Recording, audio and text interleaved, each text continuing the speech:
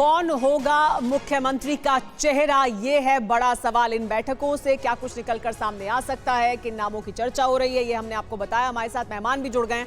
हमारे साथ तो कौशल कांत मिश्रा जी मौजूद हैं, प्रवक्ता हैं बीजेपी के। बहुत स्वागत है आपका। अभिषेक तिवारी, प्रवक्ता आम आदमी पार्टी, आपका भी स्वागत है सर। नीरज मिश्रा, प्रवक्ता हैं कांग्रेस पार्टी के। और हर्षवर्धन त्रिपाठी जी, वरिष्ठ पत्रकार हैं, वो हमारे साथ हैं। लेकिन सबसे पहले अहम सवाल, कौशल कांत मिश्रा जी, चेहरे तो बहुत हैं, रेस में भी बहुत सारे चेहरे हैं जो आगे चल रहे हैं और बहुत सारे नामों की चर्चा हो रही है, कई वरिष्ठ नेता हैं, लेकिन कौन होगा चेहरा, ये सवाल है। तो कौन से मुद्दे हैं जिन पर नाम को फाइनल किया जाएगा? वो कौन से फैक्टर्स हैं जो पक्ष में जाएंगे, जो चेहरा होगा?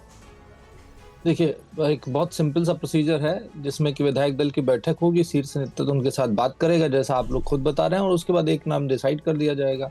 और ये परिपाटी कोई नई परिपाटी नहीं है, हर जगह यही परिपाटी होती है और उसी परिपाटी पे चलते हुए दिल्ली के मुख्यमंत्री को डिसाइड किया जाएगा। और सबसे बड़ी बात यह है कि मैं सबसे पहले तो दिल्ली वासियों को, आप लोगों को और सभी को दिल्ली में भारतीय जनता पार्टी जीत की, दिल्ली वालों को बधाई देना चाहता हूँ, क्योंकि उन्होंने एक ऐसी सरकार को बदला है जो 11 साल से जो भी कर रही थी उसी का शायद उन्होंने पनिशमेंट दिया है, सजा दी है, क्योंकि ये बधाई के पात्र दिल्ली वाले हैं, ना कि ठीक है, बधाई के पात्र दिल्ली वाले हैं। लेकिन कौशल कांत जी, ये तो बता दीजिए, क्योंकि हम देख रहे हैं जो लाइमलाइट है, जो फोकस है, वो परवेश वर्मा की तरफ शिफ्ट होता हुआ नजर आ रहा है। और इसके लिए उनके अगर आप बयानों को भी डिकोड करने की कोशिश करें, वो कह रहे हैं प्रधानमंत्री नरेंद्र मोदी का जो विजन है वो दिल्ली में लागू करेंगे, दिल्ली को स्वच्छ, सुंदर, साफ राजधानी बनाएंगे। तो मतलब बयानों से भी कुछ संकेत तो मिल रहे हैं। और वैसे भी नई दिल्ली सीट से अरविंद केजरीवाल को उन्होंने मात दी है, तो आपको लगता है कि वो सबसे मजबूत उम्मीदवार है मुख्यमंत्री पद? प्रवेश शर्मा जी की जीत बहुत बड़ी जीत है, जिन्होंने अरविंद केजरीवाल जी को हराया है। वो साहब सिंह वर्मा जी के पुत्र हैं।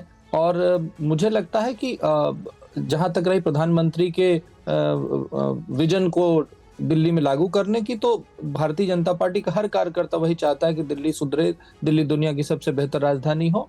तो अटकलों से भारतीय जनता पार्टी में राजनीति नहीं होती है जी। आप ये समझिए कि जो सिस्टम है, जो जैसे होता है, सब डिसीजन होगा, लोगों से बात होगी, चर्चा होगी, संगठन अपना काम करेगा, शीर्ष नेतृत्व के आदेश से कौशल जी, जाहिर सी बात है, प्रक्रिया तो यही होगी। लेकिन उस प्रक्रिया में नाम कौन से होंगे, वो कौन से मुद्दे होंगे जो पक्ष में जाएंगे, जिसको चुना जाएगा, इस पर तो इस वक्त दिल्ली का हर व्यक्ति चर्चा कर रहा है। इस वक्त तो मीडिया भी चर्चा करेगा और हम सवाल भी पूछेंगे। तो आप भी अपना पक्ष, आप भी तो कार्यकर्ता हैं, आप भी तो नेता हैं, तो आप भी तो सोच रहे होंगे ना कि कौन होगा, इसलिए यही सवाल है।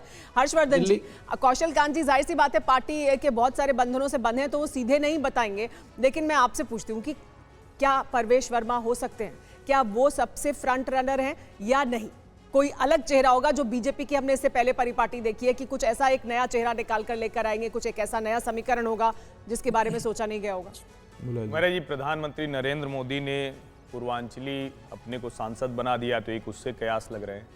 वैसे भी जो दिल्ली की डेमोग्राफी है उसके लिहाज से देखें तो पंजाबी जो मतदाता है, वैश्य मतदाता है, जाट गुर्जर मतदाता है, वो सब भारतीय जनता पार्टी के साथ रहा है। तो कई बार होता क्या है कि जब आपको ऐसी बड़ी जीत मिलती है तो आपके साथ कोई ऐसा वर्ग नहीं है जो नहीं है। परवेश वर्मा निश्चित तौर पर अगर दिल्ली के मुख्यमंत्री बनते हैं तो सीधे सीधे हरियाणा में जो जाट विरोध है, जो कहा जाता है कि भारतीय जनता पार्टी के साथ उस तरह से नहीं आता, उसको एक अपने आप एक नेता दिखेगा, बड़ा नेता दिखेगा, दिल्ली का मुख्यमंत्री दिखेगा।